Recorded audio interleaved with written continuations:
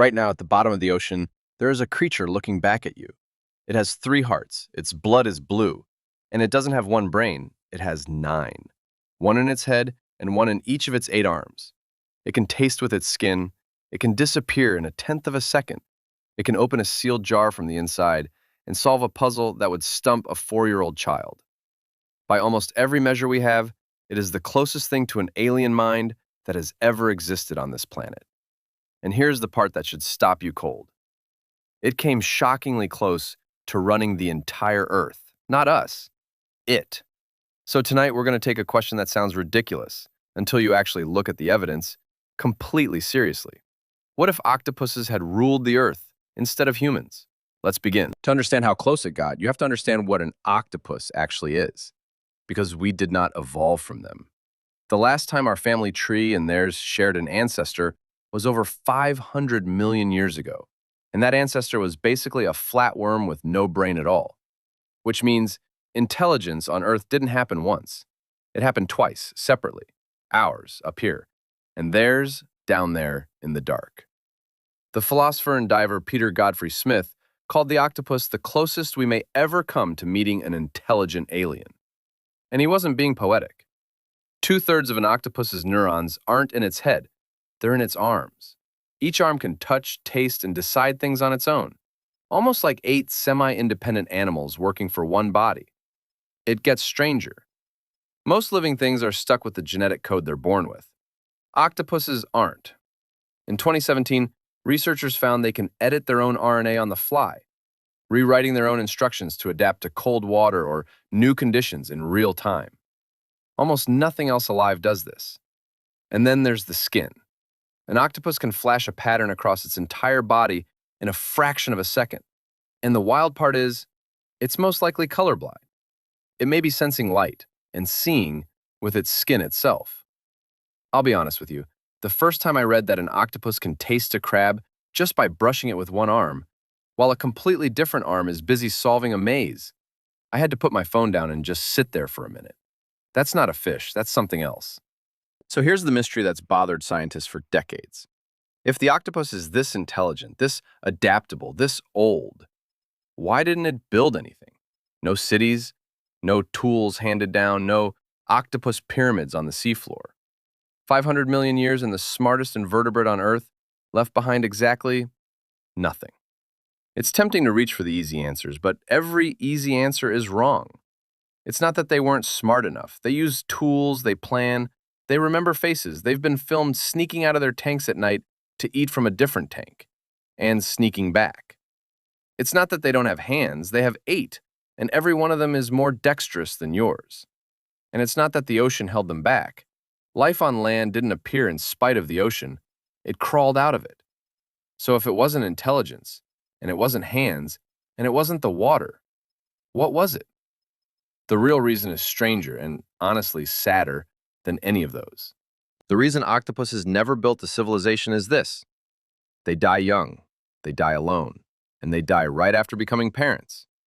A mother octopus lays her eggs, and then she stops eating. She spends her final weeks guarding them, slowly starving. And by the time they hatch, she is already gone. The babies drift off into the ocean and never meet a single member of the generation that made them. No mother, no elders, no one to teach them anything. Now sit with what that actually means. Imagine if every human being died the day their child was born, and that child grew up completely alone, never meeting one single adult. No parents, no teachers, no grandparents telling stories by the fire. Every generation would have to rediscover fire, the wheel, language, farming. All of it. From absolute zero. Forever. Because here's the thing we almost never say out loud. Civilization is not built by smart individuals. It's built by knowledge that outlives the people who discovered it. A human is not that much smarter than an octopus. A human standing on 10,000 years of inherited knowledge is a god by comparison. The octopus never got to inherit anything. And there's a real, almost eerie experiment behind this. Back in 1977, a scientist named Jerome Wodinsky found a tiny gland behind the octopus's eyes, the optic gland. It works like a self-destruct switch. He removed it, and the octopus stopped dying. It started eating again. It lived far longer than it ever should have. The death isn't bad luck, it's programmed in. I think about that more than I'd like to admit. They had the intelligence. They had 8 hands. They had a 300 million year head start. They were missing exactly one thing: time to teach each other. And just so you know how close it really was, off the coast of Australia, there's a place researchers nicknamed Octopolis, a spot where octopuses, animals we always called loners, gather, signal to each other with color, and even throw things. A tiny, accidental glimpse of what a social octopus might one day begin to build. So let's change that one thing. Let's give the octopus what we have: a mother who lives, a child who learns, generations that overlap and pass the torch. What would they build? Not our world, something far stranger. Start with the obvious. You can't light a fire underwater. So no flame means no metal, no steam, no electronics, none of the things our entire civilization is built on. Their technology would be soft, woven, grown, glued. Cities farmed out of coral and shell and current instead of poured out of concrete and steel. Their language wouldn't be sound, it would be light. Remember, an octopus can paint a full pattern across its whole body in a fraction of a second. They could speak in full color, full screen, faster than we can move our mouths. A heated argument would look like 2 living television screens flashing at each other in the dark. They might never write a single book.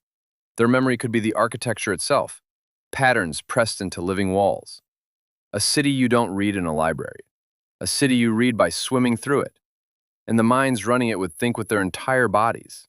Picture a mayor who can taste the mood of the whole city dissolved in the water. A surgeon with 8 independent hands and no need for a single tool. An artist who paints in real time, on their own skin, and a crowd that answers back in color. A civilization that doesn't look up at the stars, because its sky is the surface of the sea, and beyond it, a world of dry, burning land it was never built to touch. And here's where it gets personal for them, and I think a little heartbreaking. A civilization like that would build something we never could, a perfect memory of the dead. Because if your skin can store patterns, an octopus elder could, in theory, record its final thoughts directly onto the wall of its home before it goes. A message in color, left for a child it will never meet. Their whole history could be written not in books, but in the fading skin of everyone who came before. Think about their art for a second. We hang paintings on a wall. They would be the painting. A grief, a memory, a warning, flashed across a living body, watched by 1,000 others, and then gone forever, unless someone chose to remember it. Nothing permanent, everything alive. And their science would be upside down from ours. We looked up, named the stars, and dreamed of leaving Earth. They would look up and see a ceiling, the shimmering underside of the waves, and a dry, hostile universe pressing down from above. Their space race wouldn't be rockets to the moon. It would be the terrifying, impossible dream of crawling out onto land and surviving there. The first octopus to drag itself onto a beach and come back alive would be their Neil Armstrong. I keep picturing that moment, a soft, curious creature reaching one arm out of the only world it has ever known into ours. And I wonder if, somewhere, one already has. Here's the part I keep coming back to. None of that is science fiction I invented out of thin air. Every piece of that octopus is real. The intelligence is real. The 8 hands are real. The skin that speaks in light is real. The only thing standing between them and a civilization was a gland the size of a grain of rice, and a mother who lived long enough to say, "Here, let me show you." Which means the Earth didn't grow one intelligence. It grew 2. We just happened to be the one that learned to pass the torch before the fire went out. And it makes you wonder what else is down there in the dark that almost woke up and didn't. We like to tell ourselves we rule this planet because we were the smartest thing on it. We weren't. We ruled it because we were the ones who refused to take everything we learned to the grave. The octopus was just as clever. It just never got to tell its children what it knew. We didn't win because we were special. We won because we remembered. If a question like this is the kind of thing your brain refuses to put down, you already belong here. Subscribe and stay a while, because next time we're asking something even stranger. What if the dinosaurs had never died and had grown as smart as us instead? See you out there.